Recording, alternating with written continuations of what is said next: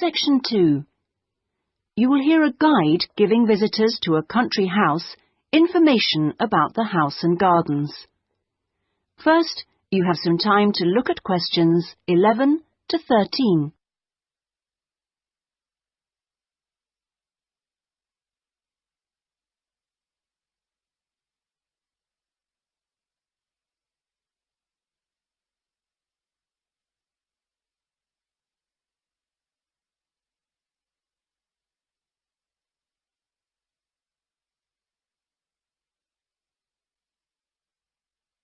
Now listen carefully and answer questions 11 to 13. Welcome, everybody, to the lovely house and gardens of Rosewood, once the home of the famous writer Sebastian George. He bought the house in 1902, although he had first seen it 2 years earlier.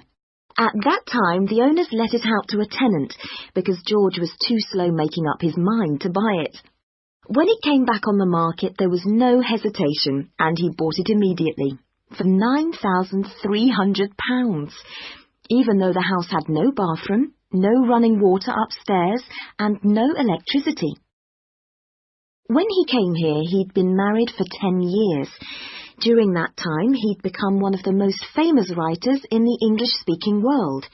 His professional success was enormous, but his personal life wasn't as successful. He was no longer on speaking terms with his brother and had been devastated by the death at the age of 7 of his elder daughter, Josephine. Moving to Rosewood allowed the family to start a new life. George regarded Rosewood as a pure example of a traditional country house of this part of England and did some of his most successful writing here. The house and its grounds became the family haven and their escape to privacy and quiet. The walls and the mullioned windows were built of the local sandstone. The tiles on the roofs and the bricks of the chimney stack were baked from local clay, and the wooden structures inside came from oak trees which grow around here. Before you hear the rest of the talk, you have some time to look at questions 14 to 20.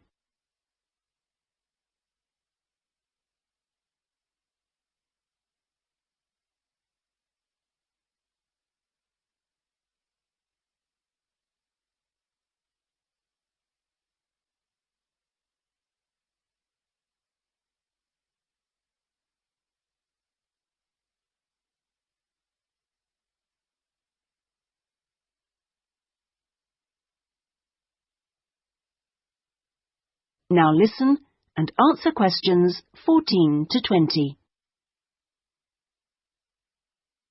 Now, please look at the map I've given you of the house and gardens. We're here at the information centre. Follow the path marked with the arrow, and the first area you come to is the orchard on your left. As you go further down the path, there's the kitchen garden on the right. And as you go round the first sharp corner, you will find to your left an area where different types of pear tree have been planted, as well as some lovely flowers. And this is known as Pear Alley, designed by George himself. Next to this is the greenhouse, where some exotic plants and fruits are grown.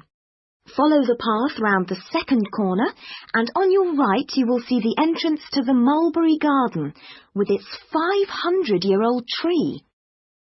Past the mulberry garden, follow the path until you reach the front of the house.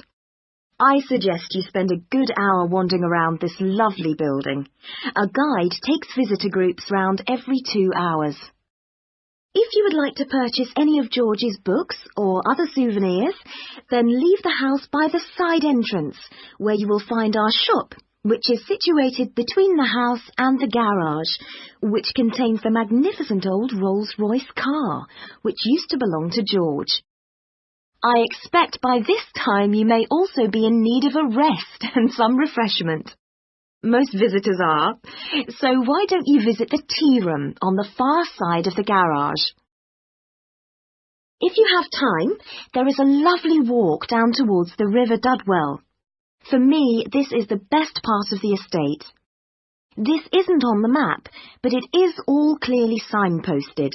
You cross the field, which spreads along the banks of the river. In spring, this area is well worth a visit. Spend a minute or two watching the water pass by underneath as you cross the footbridge, and then continue along the river walk through the woodland.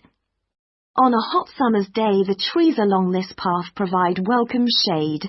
Eventually, you come to the watermill, which used to provide the electricity for the house. Only about 4 hours every evening in George's time.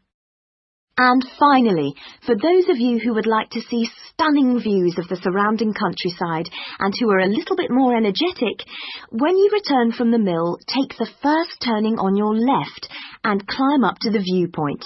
You won't regret it. Enjoy your visit. That is the end of section 2. You now have half a minute to check your answers.